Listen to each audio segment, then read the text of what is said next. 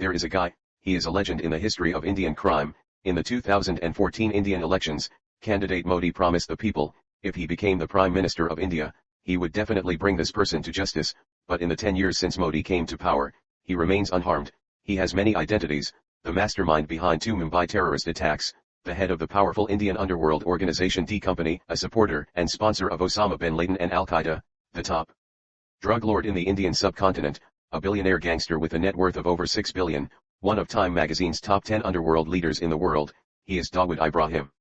Today, I want to talk about the most terrifying and mysterious man in India, Dawood Ibrahim. Born on December 26, 1955, Dawood grew up in the chaotic and dark slums of Mumbai, where thieves, fraudsters, and gangsters thrive.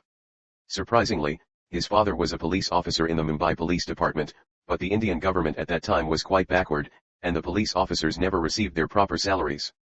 Taking advantage of his position, Dawood's father, like many other police officers, engaged in corruption and bribery. He engaged in various illegal activities, providing shelter and protection to criminals, and became a typical example of the collusion between the police and the underworld. With his father's teachings and the influence of his surroundings, Dawood embarked on the path of crime at a young age, considering it a source of pride rather than shame. His brother, Sabir, was the one who introduced him to the world of organized crime. Looking back at the Dawood family's criminal history, one can't help but conclude that crime runs in the family. At a young age, Dawood partnered with his brother Sabir to engage in robbery, fraud, and theft, earning their first fortune. They then joined a gang and Dawood's criminal talents quickly emerged. He was cunning, ruthless, exceptionally brutal, and fearless. At the age of 19, he attacked a large-scale cash transportation vehicle belonging to another major gang, seizing 200,000 in cash. When Dawood's father learned about his involvement in this major heist, he didn't hesitate and provided protection for Dawood.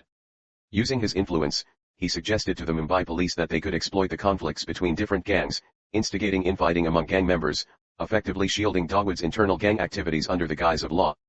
With his father's help, Dawood became even more powerful. He and his brother Sabir established their own gang and, in their quest for control over smuggling operations, launched attacks on the 2 major gangs in Mumbai. The streets of Mumbai during that time were filled with gunshots and screams, with daily killings and bodies left on the streets. This underground war was extremely brutal, and the gang suffered heavy losses. In 1981, Dawood and Sabir were surrounded by assassins from rival gangs at a gas station. Sabir sacrificed himself to allow Dawood to escape. After Sabir's death, Dawood made a comeback, becoming the sole leader of the gang and achieving final victory in the gang wars. Within 3 years, he eliminated the leaders of the 2 major gangs in Mumbai and became the shadow emperor of the city's underworld.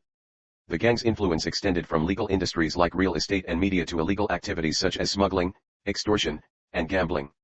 The gang became one of the most powerful criminal organizations in Mumbai and even in India. Despite his enormous wealth, Dawood felt that his current rate of accumulation was too slow, so he turned his attention to the more lucrative and violent black market industry. Shortly after, drug processing factories were established in the slums on the outskirts of Mumbai, taking advantage of their proximity to the Golden Triangle. Dawood's drug business flourished, but along with the rapid rise of the underworld, came the unfortunate experiences of the Mumbai population. Frequent gang violence resulted in extremely poor law and order in the city, and the rampant drug trade polluted society. As Dawood continued his reckless pursuits, he eventually attracted the attention of the Indian police. His father was dismissed from his position, and Dawood himself became a wanted fugitive. However, by that time, Dawood had already escaped from India, taking refuge in Dubai in the Middle East. During his time in hiding in Dubai, Dawood continued to remotely control and manipulate his criminal syndicate. The dark industry chain of the gang's operations silently expanded, and to facilitate fund transfers and money laundering, Dawood gained control of the Hawala system in Dubai. This system operated through a network of currency brokers, without relying on cash, banks, or computers. Due to the characteristics of the Hawala system, it was often used for money laundering and tax evasion. Many criminal organizations from around the world used the system to transfer assets. By controlling the Hawala system, Dawood not only evaded the pursuit and blockade of the Indian police on his gang, but also provided services to other criminals, charging hefty fees as intermediaries.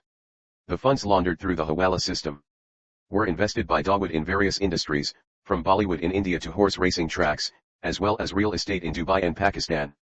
Dawood believed in the principle of a cunning rabbit has 3 burrows, and had prepared escape routes for himself in various locations. However, everything changed in 1991. When India underwent economic reforms and opened up its free trade market. Goods that were once considered prohibited and could only be purchased at high prices on the black market were now available in shops on the streets and alleys. The smuggling of banned goods, which was a significant source of income for the underworld, was cut off, and at the same time, the police intensified their efforts to combat crime with stricter measures. In 1991, the Mumbai police launched a massive crackdown, killing hundreds of gang members. Television cameras captured the scenes of police killing members of the gang, and the gang suffered heavy losses under the police offensive. But Dawood was not willing to give up at this point. His life motto was to avenge his enemies. On March 12, 1993, 13 car bombs exploded successively in Mumbai, engulfing the entire city in flames and thick smoke. The targeted areas of the bomb attacks were all densely populated core zones, including the Mumbai Stock Exchange, Mumbai Police Headquarters, the largest local cinema, Mumbai's Raj International Airport, and the Shori Bazaar, where jewelry was bought and sold. These were the most prosperous neighborhoods in Mumbai, transformed into hellish scenes of bloodshed. The explosions resulted in 257 deaths and 713 injuries. Dawood's brutal and ruthless actions exceeded everyone's imagination. Reporters described his actions as going beyond protecting the gang's business interests and evolving into indiscriminate revenge against the entire city. Dawood created the first major terrorist attack in the history of an Indian metropolis. In 1993, the Mumbai serial bombings shocked the world. Dawood was included in the sanctions list by the United Nations Security Council, and the International Criminal Police Organization and the Federal Bureau of Investigation issued the highest-level arrest warrant for him. At that time, Dawood realized that Dubai was no longer safe, as Gulf countries might hand him over to the Indian government due to international pressure. He quickly fled, choosing Pakistan as his destination, a country that would never cooperate with the Indian government. He took refuge in the Pakistani city of Karachi and provided financial support to local anti-India armed groups. Exploiting the territorial disputes between India and Pakistan, Dawood managed to evade multiple attempts to capture him and continued to live a luxurious life in Pakistan. He maintained control over his criminal syndicate and the largest drug trafficking network in India. Dawood established close relationships with numerous terrorist organizations, providing them with funding and assistance, including the Taliban and Al-Qaeda in Afghanistan. He even personally visited the Afghan mountains to meet Osama bin Laden, who was already being pursued by the United States.